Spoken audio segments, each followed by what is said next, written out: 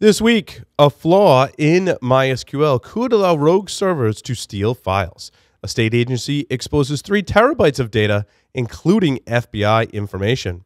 How cybercriminals are cleaning their dirty money. A critical remote code execution flaw in Linux apt, or apt, allows remote attackers to hack systems, and how to protect against a new breed of cyber attack.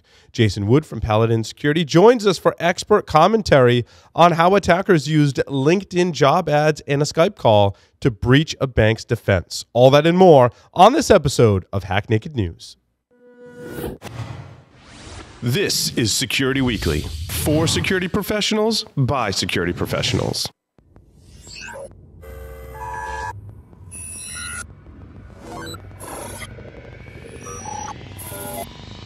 Broadcasting live from G-Unit Studios in Rhode Island, it's the show that brings you the security news each week. And despite popular belief, we do wear pants. It's Hack Naked News. Do you have a website, an external presence, employees, an office? Any of these things can be compromised and attacked. How are you defending your assets? Have you penetration tested your public assets? Start 2018 by taking a proactive approach to securing your vulnerable areas. Black Hills Information Security has been helping companies find their weaknesses since 2008. Email consulting@blackhillsinfosec.com and see how they can help you sleep better at night. Welcome to Hack Naked News. This is episode 204 for January 22nd, 2019. I'm your host, Paul Asadorian.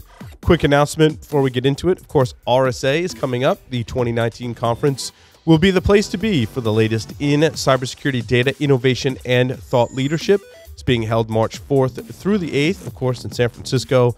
I'll be presenting there. We'll be doing interviews. Lots of fun stuff happening at RSA. So if you're out there, make sure that you come find us and maybe even watch my talk. It'd be great. Thanks. Hey, the rsaconference.com, actually rsaconference.com/securityweekly-US19. You can go there and use the discount code 5U9SWFD to receive $100 off the conference pass. And now the security news for this week. A flaw in the MySQL code could allow rogue servers to steal files and clients. There's a lot more to this story, and I encourage you folks to check it out in the show notes, wiki.securityweekly.com. There is a link to all of the stories we mentioned. So this flaw resides in the file transfer process between a client host and a MySQL server. It could be exploited by an attacker running a rogue MySQL server to access data that could be read by the client. A client receives file transfer requests from the MySQL server based on the information it provides in the load data statement. A rogue server could send load data local statement to the client to get access to any file for which the client has read permission. It's being used and exploits are being traded on the dark web. Again, more stories in the show notes for this episode. ZeroPatch is releasing a micropatch for the Windows Contact Remote Code Execution 0-Day that we featured on the last episode of Hack Naked News. So it's difficult to trust third-party patches, yet here we are. Quote from the article, ZeroPatch is a solution that aims to fix 0 days unpatched vulnerabilities, of course, and in end-of-life and unsupported products, providing patches for legacy operating systems as well as vulnerable third-party components and customized software. Users who want to implement the micropatch have to install and register the ZeroPatch agent. Not sure how much you trust ZeroPatch. If you do or don't, write us, let us know. Haven't heard of ZeroPatch before this article. And again, I caution users against third-party patches for a lot of reasons, support from Microsoft being one of them. But nonetheless, the option is out there for those brave souls who wish to embark upon this journey. A state agency has exposed 3 terabytes of data, including remote logins of the FBI. The Oklahoma's Department of Securities exposed 3 terabytes of files in plain text on the public internet this month, which contains sensitive data, including social security numbers, details of FBI investigators, credentials for remote access to computers, and the names of AIDS patients. Researchers at security company UpGuard found the files using Shodan, the search engine, of course, which indexes the internet on any connected device. In any case, they ran across an unsecured rsync server registered to the ODS, or the Oklahoma department that I mentioned earlier. The Microsoft Partner Portal, speaking of exposures, exposes every support request filed worldwide today. Basically, this article describes in a very fancy way a situation that Microsoft is fixing and had very little impact.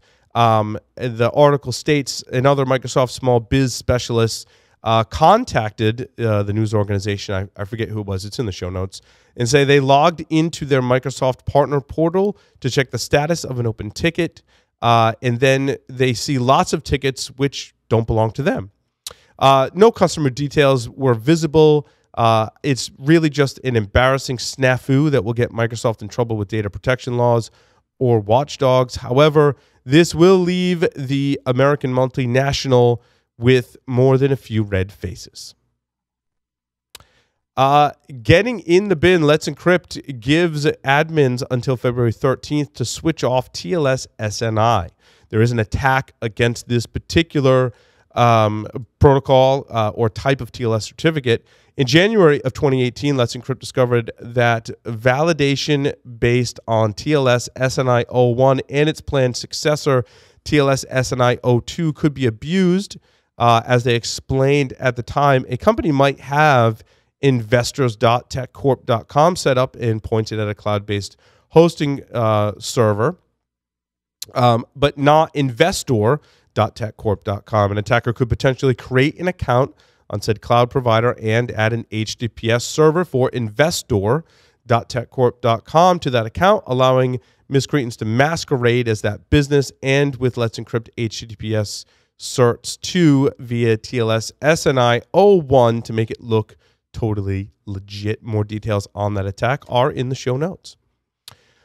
How are cybercriminals cleaning their dirty money? Criminals are a crafty bunch sometimes. I mean, there are your fair share of dumb criminals, and we like to talk about those stories as well. But this one's pretty crafty. It should come as no surprise. According to the article, criminals were booking fake Airbnb stays to launder money. They used credit cards and money transfers from mule accounts to book and pay for rooms through the peer-to-peer platform. All of this conducted online in a very effective way to turn illicit proceeds into legitimate earnings. Plus, it has the added advantage of moving many of these payments across borders. And the article counts many different ways in which similar attacks are executed against larger organizations such as Airbnb and even Uber. A critical remote code execution flaw in Linux apt or APT allows remote attackers to hack systems. Get updating your systems. Oh, but what if the software used to update your systems is vulnerable? As of just today, a security researcher revealed details of a critical remote code execution flaw in the Linux apt-X program, exploitation of which could have been mitigated if the software download manager was strictly using HTTPS to communicate securely. Discovered by Max Justice, the vulnerability to CVE 2019-3462 resides in the apt package manager. Of course, a widely used utility to handle installation, updates, and removal of software on Debian, Ubuntu, and other similar Linux distributions. Beware of the man in the cloud. How to protect against a new breed of cyber attacks dubbed man in the middle cloud. Man in the middle in the cloud. Man in the MIT anyway. Man in the middle attacks for cloud. It'll make sense in just a moment. To gain access to cloud accounts, attackers take advantage of the OAuth synchronization token used by cloud applications. The majority of popular providers, of course, Dropbox, Microsoft OneDrive, Google Drive, so many more, use these tokens on a user's device after initial authentication is complete, of course. This is done to improve usability so users aren't entering their password every time they attempt to access the app. They have, of course, what is called an OAuth token. Now, once executed, the victim's device that's being attacked, the malware installs a new token belonging to the new account that the attacker has created and moves the victim's real token into a cloud sync folder. When the victim's device next syncs, it'll sync the victim's data to the attacker's account instead of the victim's. Very interesting attack. Very simple, too. A clever smartphone malware concealment technique. Schneier on Security reports this is of course, a game of cat and mouse is my take on this one. Malicious apps hosted in the Google Play market are trying a clever trick to avoid detection. They monitor the motion sensor for input of an infected device before installing a powerful banking Trojan, making sure that it doesn't load on emulators that researchers use to detect attacks. This is a tried and true method of attackers to evade such types of research and forensics. I'm sure you could emulate the emulation of your emulated system making some kind of motion or emulate that motion, but can you detect the emulated motion in an emulated environment is the question being posed by me to attackers. Attackers used a LinkedIn job ad and a Skype call to breach to the defense. We'll talk more about this in expert commentary, but a Skype call was set up for an interview, and the employee of said bank was tricked into executing an executable that then gave the attackers access to files and ultimately the resulting internal network, all done via responding to a job ad and tricking the victim into a Skype call. Now, you may say, well, yeah, we could block Skype, but this is certainly playing whack-a-mole. Training awareness, secure file transfer solutions, advanced endpoint security, and more could have been much better layers of defense rather than just stating, well, everyone should just block Skype. Not a reality. A bug in widespread Wi-Fi chipset firmware could lead to a zero-click execution. Basically, a device manufacturer supplies the appropriate firmware images and operating system device driver, so during startup, a driver can load the firmware, enabling main functionality to the Wi-Fi socket system on the chip. The vulnerabilities in the ThreatX proprietary firmware, but according to the researcher, the most interesting one, so there's several vulnerabilities, but the most interesting one is a block pool overflow that can be triggered without user interaction as the device scans for available networks. The vulnerability can be exploited when a Wi-Fi device is, of course, looking for available networks and doesn't require user interaction. The vulnerable chipsets are used in devices such as the Sony PlayStation 4, Microsoft Surface computers, Xbox One, Samsung Chromebooks, and more. With that, we'll take a short break, come back with expert commentary from Jason Wood. Stay tuned.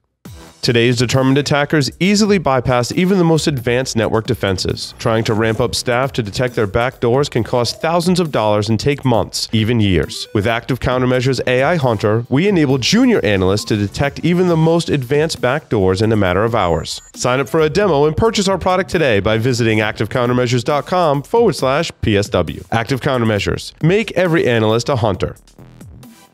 Join us this April 1st through the 3rd at Disney's Contemporary Resort for InfoSec World 2019. Fantastic event, brings together those business folks, hackers, you name it, are all converging in Florida for InfoSec World. I will be giving a talk, and we will be conducting interviews, briefings, and hacker movie trivia.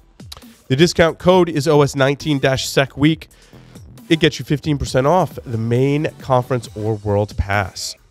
And now we welcome Jason Wood of Paladin Security to talk more about this attack against, I believe it was a bank in Chile, Jason. Is that correct? That is correct. It was a bank named Red Bank in Chile.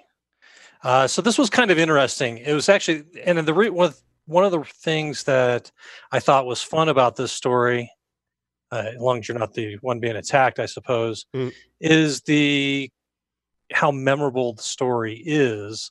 It's something I found when doing some physical security testing and things like that as a consultant, is how much people remembered some of these things that happened inside their organizations. And so we talk about doing security awareness inside of our companies, and a lot of times these things get written up and they're really dry. And yet here now is a good story, I think, to pass on to folks about some of the risks or the scams that could be used against them. So yeah, a Chilean bank named Red Bank has a security incident where basically they ended up with an attacker on their internal network. And this came about because the attacker ran an ad, job posting, on LinkedIn and waited for somebody to respond. And so I thought that was kind of an interesting thing. Toss a lure out there and see what happens. And a a developer basically on Red Bank or working at Red Bank noticed this and decided this sounded like an interesting job opportunity, and so he contacted them about it. He or she had contacted them about it. They set up a interview over Skype in this particular case, as Paul mentioned earlier, and from there they went on and they conducted what I assume would be a job interview, something very kind of normal. The interesting part was at one point the attacker, posing as a hiring company, says, "Hey, we've got this in-house application built to for all of our candidates to apply to. So if you could download this application and run it, that'll allow you to apply for this job." And there's actually a write-up, which I'll include in the show notes, on what the application was, but it looked like, it was actually collecting information about the person, their name, their age. Jason, sorry. What direction was this in? I think I misread that in the article. Was this like an employee of the bank that was applying for a job somewhere else, or was it the reverse? Employee of the bank was applying for a job somewhere else. And while they're working, during the day, they have a phone screen via Skype. Right. And they say, yeah, download this application app. Now, this is always a potential issue right here. Yeah, and on your company work computer. On your company work computer, and apply for the job. And I see. They did. Unfortunately, this thing was a backdoor. Right. And gave the attackers access to the inside of this bank. Now, the article actually goes on to say that this organization ran the ATM networks in Chile, or a large portion of them. So that was a big deal. The attacker pivoted through the employee workstation and started scanning around looking for other systems to compromise. Now, this is where they got caught, actually, was this internal activity, and they got shut down really before anything got too far out of hand. Now, one of the things I think is interesting about this story is most of us could recognize ourselves, or people we know, people we know would recognize themselves in this type of situation. Hey, I'm looking for a job. I'm looking at LinkedIn and I find a job posting that looks cool, so I apply for it. I don't know how they targeted this thing. I'm sure, maybe some geographic, obviously, focus. But regardless, you get called and asked to set up a phone screen via Skype or Zoom or whatever it is. And, remote work is becoming more and more common. I mean, I've lived now in Utah for 10, 11 years, and I've worked remote the entire time, and have been through this kind of experience. Not Skype, but, having the phone interview. And so it wouldn't be terribly unusual to see that happening. And where it gets tricky is they tell the user to download an application, and this is how you apply for the job. And, you can almost hear the explanation about that and justifying it. Okay, can you download this? Just fill out the application. We can get started with the next steps. And of course, because they want the job, they go for it. The chance of them reporting this to anybody internal is almost zero, right? Right. Yeah. Because they're in violation of some policy and probably also embarrassed that they are infected their computer while looking for another job. Yeah, it's just a bad situation all around for that employee and the bank, unfortunately. Yeah, I mean, in the application, the screenshots and the analysis on Flashpoint, I mean, it looks like a legitimate app. So one, there's probably really nothing in your mind to report other than the fact that you had to download this EXE. And two, are you really going to say you're out hunting for a new job? Right. On your company time? So yeah, time what's there and to report equipment about this? What's that? I said time and equipment too. Yeah. I think what's interesting about this though is beyond all of the setup of the scam, this makes a really interesting story to tell to your employees. Yes, it does. To your colleagues and stuff like that, because they can recognize themselves in it, and we don't have to get technical. We don't have to write up all the details of this. Now, it turns out this thing was called the Power Ratank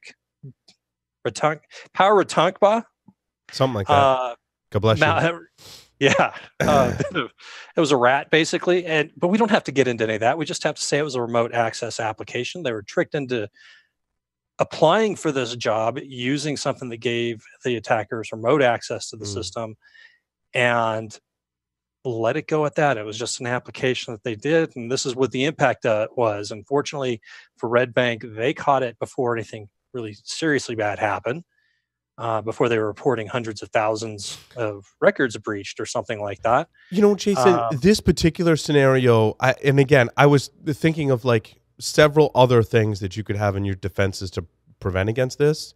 And solutions such as Bromium and similar ones come to mind, that when a user installs an application and puts it in a sandbox, they'd actually use the application. Not sure if it would have access to the internet or not. I think that is a configuration option, right? But it wouldn't be able to gain access to the system and or the network. So that would theoretically help, you know, barring any other circumstances, configuration, or, you know, other exploits. That would really help this situation, right? At least throw an alert somewhere. Yeah, I mean, there are definitely technical controls you can put in place for this sort of thing. You know, your comment about trying to block Skype I think is spot on, because, you know, okay, we're not going to use Skype, we're going to use Zoom, or we're going to use this, or we're going to use FaceTime, or it could be a million things. Yeah, not going to end up the way you want. But there are things we can put on the endpoints, obviously, to help defend against the technical details of it. But what I think is cool about this is, if you are, and hopefully if you are doing things to communicate risk and things that are occurring out there to your colleagues, your coworkers, this is something that you could certainly write up and tell the story, something that they can tell other people and not feel like they're getting caught up in technical details that they need to remember, or something like that. This should be like the top of your employee portal or wiki or whatever it is you have, or an email newsletter, and say, hey, check this out. And this is something people can remember, and it helps them spot this type of scam later, you know, if they bump into it, because again, they're not being caught up in the technical details and saying, oh, I'm dumb, I don't understand computers. They can understand this. So I think this is a great story to go tell. We're wired to remember stories, and this is a great example to run out there and let our coworkers know about. So check it out here in the show notes. I think it's a fun read and something that's very useful to us in protecting our organizations. Thank you very much, Jason. That will conclude this episode of Hack Naked News. Thank you, everyone, for listening and watching. See you next time.